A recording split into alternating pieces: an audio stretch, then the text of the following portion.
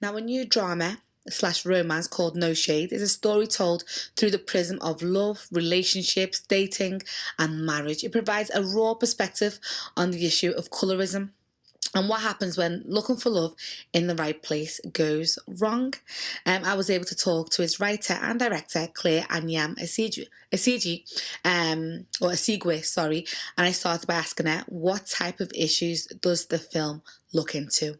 The film tackles the issue of colorism in the black dating scene in Britain, and it looks at how people with perceived darker skin are not struggling, but also trying to find love and being kind of ostracized for having slightly darker skin. Is the film based on your experiences or the experiences of women or men that you know? The film's actually based on a true story from one of my friends who is in this specific situation where she has liked a guy for a long time, and he's always made it clear to her that she kind of wasn't good enough for him because she was a bit too darker than he would prefer. And that kind of sparks this, film for me, like, wow, that's such a shame. I have experienced it in my teens and in my early 20s. And I don't know, it just resonated with me that, wow, 10 years on, I'm still hearing women that I know, whether it's professionally because I'm a dermatologist. So I'd have women coming to me looking for, skincare options. And that does include lightening creams. And I'm completely against acid and drugs. So I would always insist that they look more about their self-esteem as opposed to looking for a quick fix or something that could be quite toxic and harmful.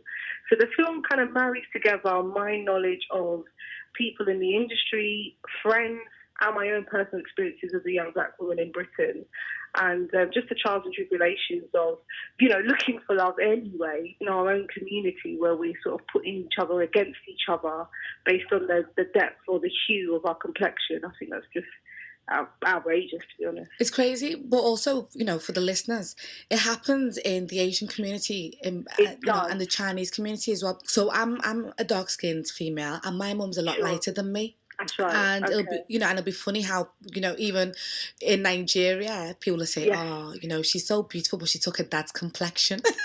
Oh, and you're thinking, oh my goodness, like, really? And sometimes you think, do they really understand what they are saying? That's it. And I think this song really it's very frank. There's some funny moments, but it's very frank. And I think it's that frank, oh my God, did that person really say that? Because I think a lot of the time, colorism is that kind of elephant in the room. Yeah. That it's been spoken of, but no one's really checking it and saying, yo, do you know what you just said to me? And because we do, like what you just said, some of us have it where it's in the family, an auntie or a cousin has said, oh, one sister might be slightly lighter and the other sister's a little bit deeper in shade. Oh, she's the pretty sister. Yeah. Based on that, what do you think that person who's heard that they are, too dark to be pretty feels like?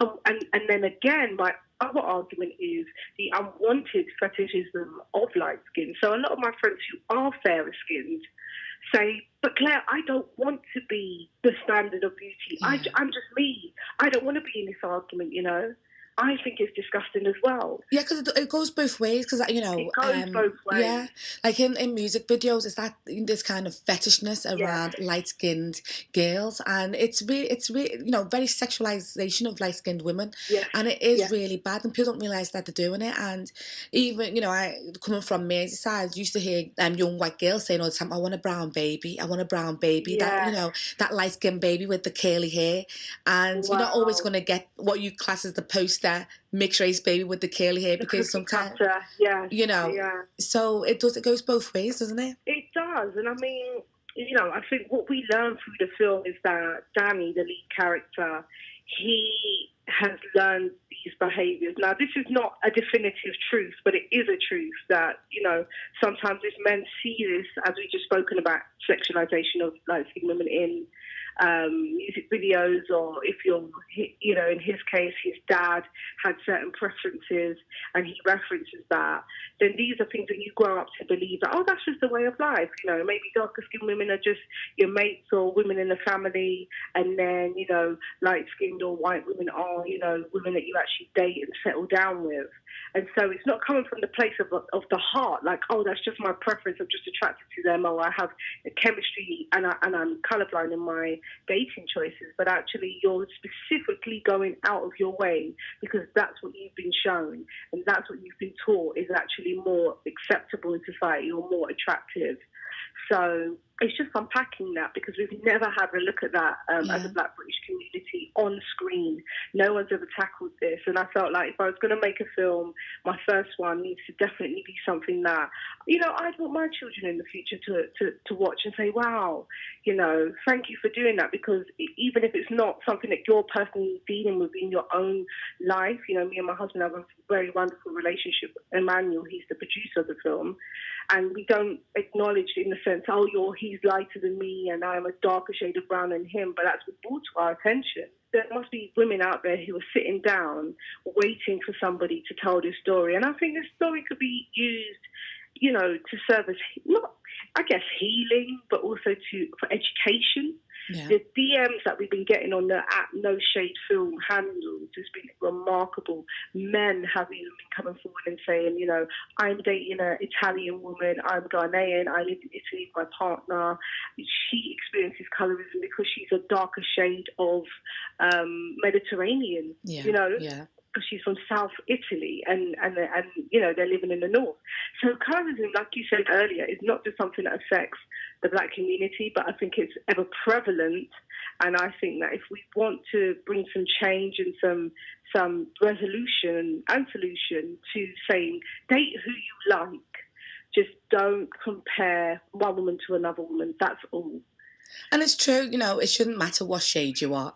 You know, and it is absolutely crazy. I know for a long time I wasn't the flavour of the month at all, you know, until Malcolm X came out in 1992, and then that was it. A lot of the Black boys became converted to Islam, and next thing was like, oh my goodness, my Black beautiful sister. By that time I was like, I am not dating any men from Liverpool, any Black men from Liverpool. So you know, it's like I only dated guys from out of town and from out, you know, Leeds and, you know, London because of that.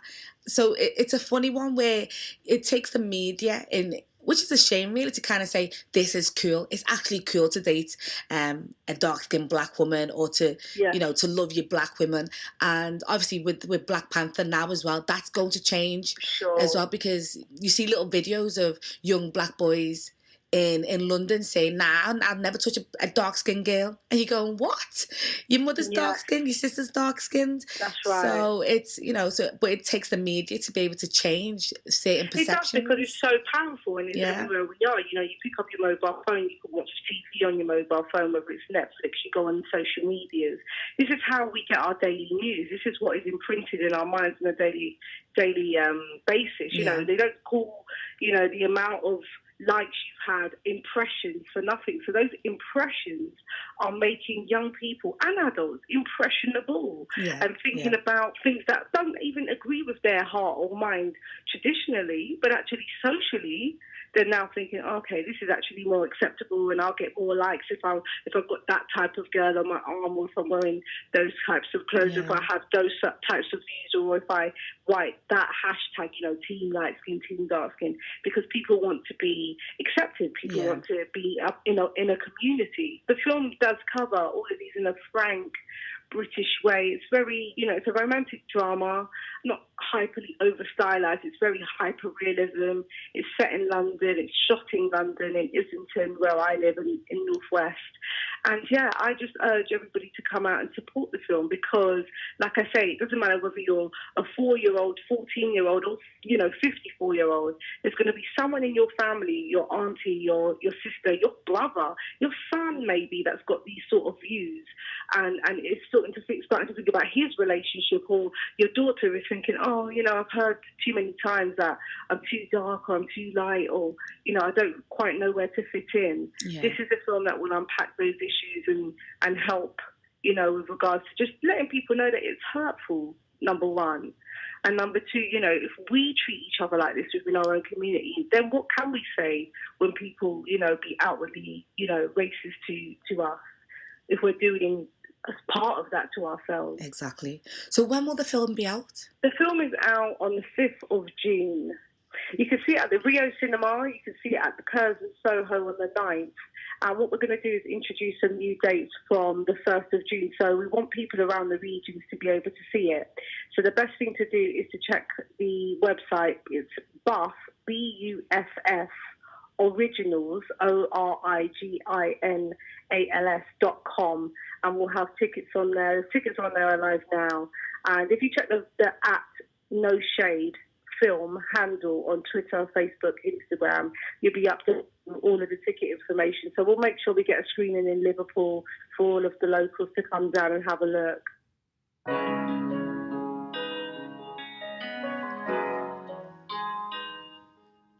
So we're going to be ending the show with a lovely song by an artist called Imani Talitha, and it's called Black is Gold, and it's featured on the No Shades film.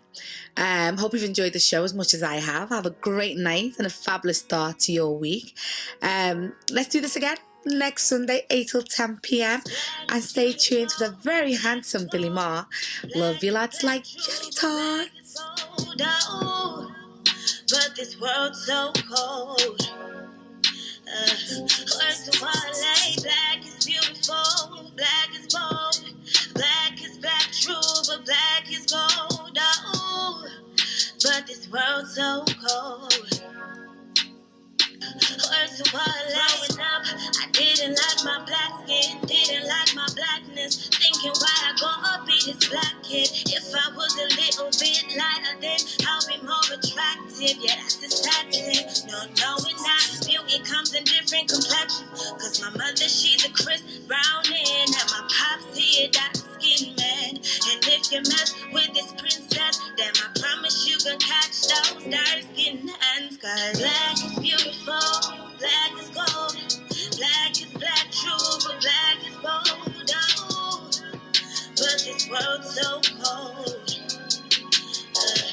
Words of Marley, black is beautiful, black is gold, black is black true, but black is gold. Oh, but this world's so cold. Words of Marley, let's talk about how I didn't want to rock that afro. I was wearing weave by the age of 14. I was just scared to be me. Oh, it's from Wavertree and Whittle to the weekend inn, from Seaforth to Dingle down to Waterloo. The weekend inn, from Liverpool to Southport by the sea. It's Billy Marr and friends in Hanover Street, for music and chat that's hard to beat. The weekend inn. Yes, it's a do on the air, it's a party on the airwaves. It's 10 to 1 on a Saturday and 10 to 12 on a Sunday. It's more than a programme, it's the only nightclub of the air. We meet every single week and you're all very welcome. Won't you spend a few hours with me? Billy Marr and friends on the BBC, for music and chat that's hard to beat. The weekend inn. What do we call it? The weekend inn. What was that name again? The weekend inn. You can have a good night out by staying in. The weekend inn. Oh, spitting feathers. Where's the kettle gone?